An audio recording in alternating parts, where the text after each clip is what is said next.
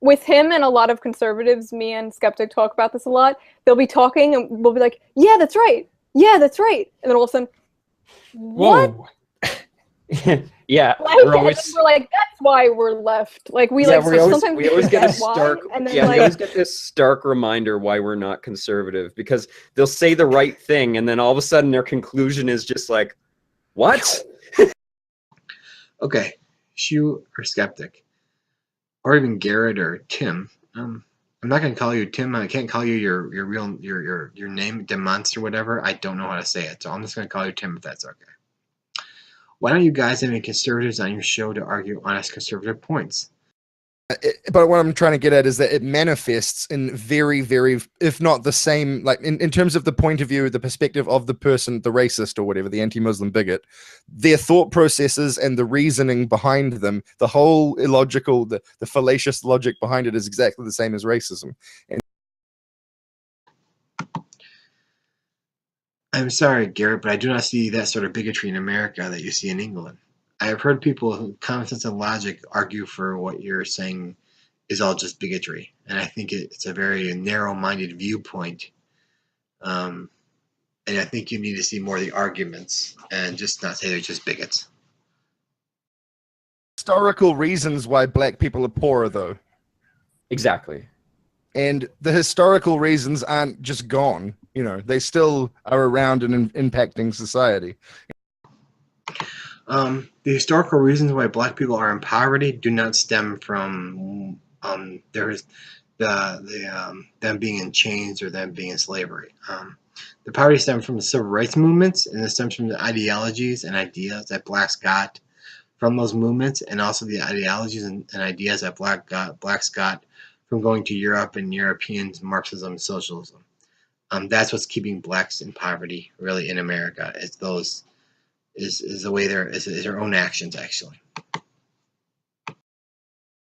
And the book, The that's New where Jim the Crow. reparations thing. That's where the reparations thing comes in. It's like, how do we help these people though? Like they are stuck. But yeah, I don't deny that. Okay, start with money already going into their areas. You take the cash going towards schooling and give it to the parents to spend on schooling any way they want to.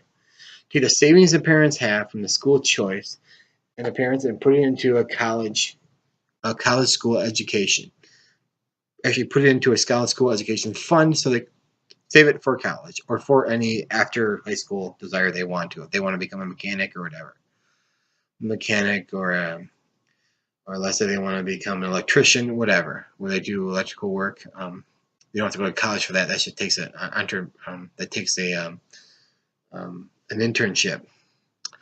This fund will be used to put down payments upon houses and black families so they can pay the leftover sum on mortgages. Once they have that paid, they can have a house ownership and can look forward to new wealth creation, because house ownership is a major part of wealth creation. And that's actually a way where you can put money into black people's hands without adding more taxes or putting more money into their situation. But the problem is most people aren't willing to do this because they're trying to control schools so they can control what's taught in schools. And that's kind of the danger we're getting into there. The tools, we're not giving them the tools, taking away the barriers for them to fix their own problems is basically how he would phrase it. But black people vote in the type of government that prohibits them from starting businesses. A perfect example of this is the black on black crime and the black ideals and black ideologies a citizens of Baltimore. Their own worst enemy. They are their own worst enemy. 67% of all people in Baltimore are black, and 50% of all voters are black. So if there's racism there, it is put in place by the black population. No one else can put it in place. So how many times have black people voted for the Conservative or Tea Party, or voted for a different party or a different way of being? They're voting in their own socialist system that is stopping them from getting forward and creating businesses. Because most businesses creation is not the problem of federal government laws or state government laws. It's the problem of city government laws. And they got to start there. So why don't they start within Baltimore, the city of Baltimore? They own it. The Baltimore should be a mecca of beauty and perfection for black people. It's not, because their ideologies and their responsibility is not in the place it should be. Once that happens, they will be able to start businesses. So it's really their own fault, and that's why I think why those black people are finally now saying it. They can actually, because they can't get away with it when the people point at Baltimore. And it's funny that Garret uses Baltimore as an example when it should be an example of the opposite of what Garrett's saying. But the taking away the barrier part is so intrinsically related to the other part that it becomes the bigger of the two things. And that is the thing that hasn't happened yet. You know, civil rights was in the 60s, and we haven't got to the point where those barriers have been taken away. If it was so important, then it could be easily proven in Baltimore, where the black population is so high. No one could stop him. It is because the black culture is immature and irresponsible, and immaturity and irresponsibility destroys wealth, and wealth destruction creates poverty. So what you have is you have immaturity, and you have irresponsibility, destroying the wealth, and them complaining that wealth is being destroyed, and it's all about racism, when it's really about they're destroying their own wealth and causing their own poverty. It's all self-imposed. It's all self-created. And so, to be honest with you, there is no reason for them to complain about barriers they have, because they are the worst barrier. Their immature behavior and irresponsibility causes their problems. But if they're not willing to look at that and admit that, then their problems will be maintained no matter how much money they get. They'll eventually cause their own poverty again. The signal. So if you're a black person in a black community trying to start a small business and you put your application in, then there's a good chance it will have more scrutiny than a white person's application if your name is a black sounding name. So, you know, on the forms. But Tyrone. Individual again. That's whoever's looking at those forms is a racist, and it's like exactly. Those people shouldn't be working in the government. I'm sorry, I call BS on the name thing. No banks are not governed by officials. And no, that is not racist, because anyone of any race who has a weird sounding name gets extra scrutiny. That is because people with weird sounding names defaulted more often than those who do not have weird sounding names. So you could be Nordic and white or Asian. So there's no race associated with those weird names unless they want them to be.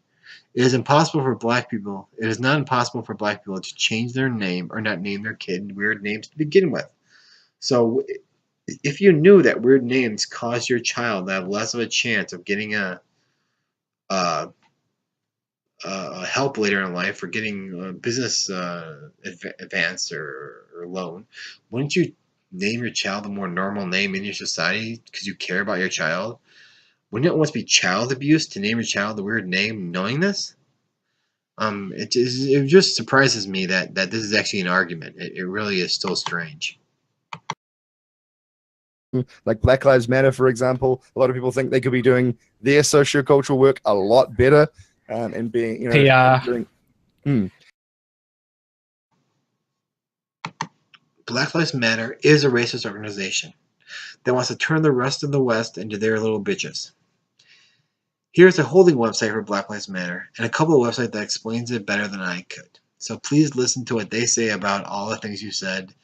All the things Garret talked about when he talked about all those people who were shot by cops.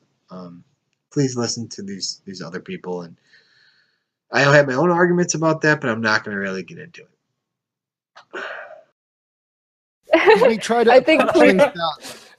It's about the issues, not about the people, and you can get sidetracked so easily by focusing on the other people who push various issues. If they push, there's not a single argument that I would say that Black Lives Matter has put forward that has proven racism. And it never has proven what they say it's proven. I'm sorry, almost every argument you guys have made has a valid rebuttal, especially about Trayvon Martin. There's so much to argue against Black Lives Matter that would take all day. Now, Trayvon Martin, I'll get real quick with. How many cops were involved with the shooting of Trayvon Martin? 0? So how is what happened with Trayvon Martin supposed to be an anti-cop thing?